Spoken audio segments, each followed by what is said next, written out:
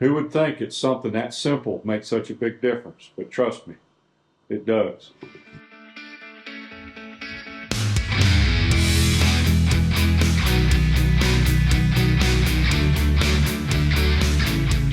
Well, do you ever have one of those bad days that you know is going to be bad before you even start the day? I do.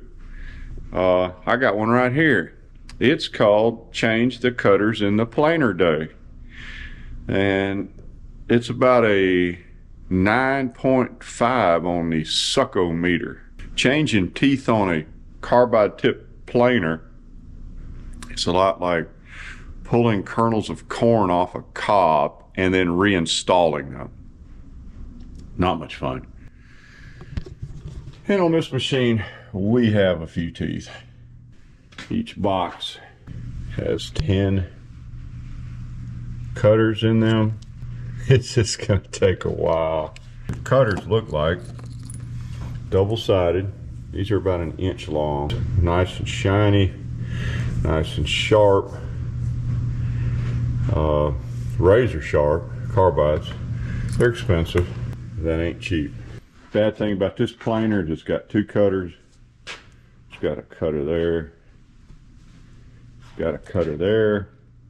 And we're going to start with this one. This machine will take off a 1/2 inch of wood per pass. This one will hog it, but you just don't do it. Just because you can doesn't mean you should.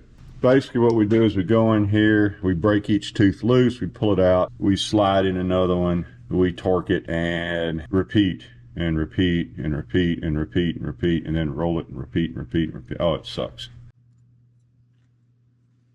Yes, this is slow and mind-numbing. But the only excitement is every now and then I get to use my left hand.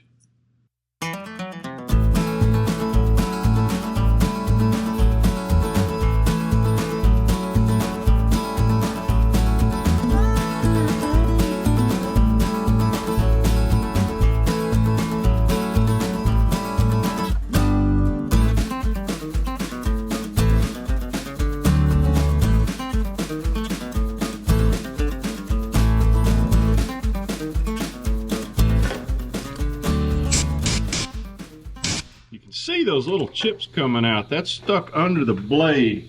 Let me tell you what, when you're doing this stuff, if you don't take the time to do it right when you're doing it, you will be doing it again, because if you don't do it right, you're going to leave little stripes and stuff on the wood, and we're probably still going to have to do that after it's over with, and find the cutter that's maybe too high or something.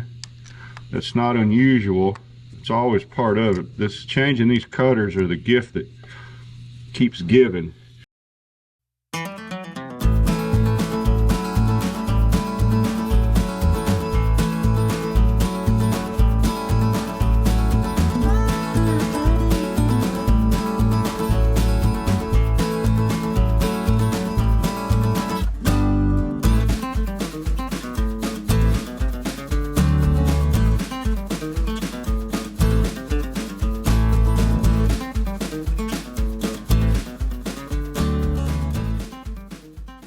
So here's a little hint. Anytime you take a nut or bolt off, go ahead and get a Sharpie and write the size, so that the next time you do it, you don't have to figure out, I wonder what size that is. If you don't want to write on your machine, well, it's a machine. Get over it. I mean, they put stickers all over the damn thing, right?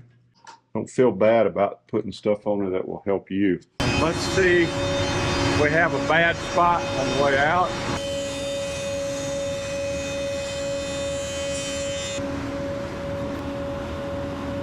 So the whole tooth is running high. Actually, it's got a twist to it. You can't get them perfect every time, unfortunately. I think I got one bad tooth. We'll fix that one. Guess what? Now we're going to take the whole daggum thing apart. See if we can find it. Let's see if there's a problem with it.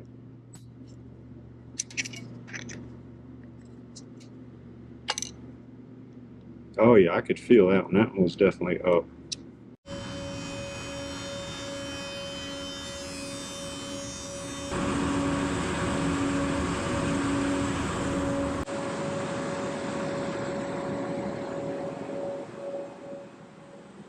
how do you know when your planer's got good sharp cutters on it?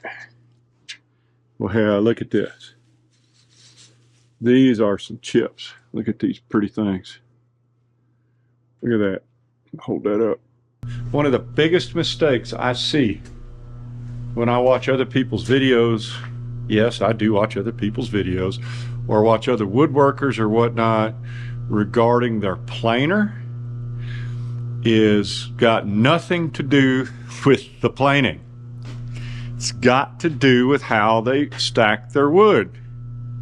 I'm going to show you a couple examples. What's wrong with this picture? Let me give you a hint. Right here. What's wrong with this picture?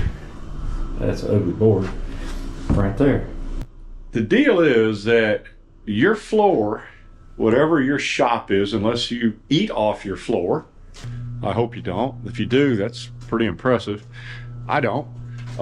It's covered with, among other things, dirt and grit, and in this case, concrete dust, and what comes in on the forklift and on your shoes. If you stack your wood standing up like that, it's being stacked on one edge. Guess which edge your planer's gonna cut? As an example, I would say, hey, would you please plane this board for me? Well, certainly, mister, I'd be glad to. All right, now, when I stack it like this, what would you say? 99% of the people say, sure, no problem, right? But look what's on the ground. Now, what would happen if I said this? Drag it through the mud a little bit. Would you plane that board? Well, I guarantee you, if you were to plane this board, all of this little grit that I just ground into that edge is going right through your planer teeth, prematurely dulling your cutters. The way we found out about that is years ago, I used to stack all my boards up on edge against the wall. I mean, thousands of board feet. Board after board after board. And we noticed that our cutters seemed to get notches in them. I couldn't figure out where the notches were coming from, or the dulled edges, simply because, why? We're on a beautiful concrete floor. Then I realized that's the whole problem. We're on a concrete floor. We're picking up grit. And anytime you see our videos, you're going to see the wood laying horizontally on a cart, always. Because it won't get dirty that way. That little roller carts here, we've got the gray carts everywhere, and that's what that's for, is to do anything but that. So anyway, a little tip from the hobby hardwood. I mean, you can stack your wood any way you want to. I'm just telling you, you wouldn't put your food on the floor, and don't put your wood on the floor. At least the edge is going through the planer, because guess what that planer blade's going to hit? That edge, and it'll dull it. And it may not dull it the first pass, it may not dull it the 30th pass, but it will significantly decrease the life of your cutters. Been there, done that. So once we started stacking it correctly, or stacking it where it wasn't on the floor, I bet we extended our cutter heads probably 30%. Who would think it's something that simple makes such a big difference? But trust me, it does. So I hope y'all enjoyed this. We will see you guys next week. And if you got a sawmill, have some fun with it. Thanks for visiting our sawmill. Click on the links above to see more of our videos.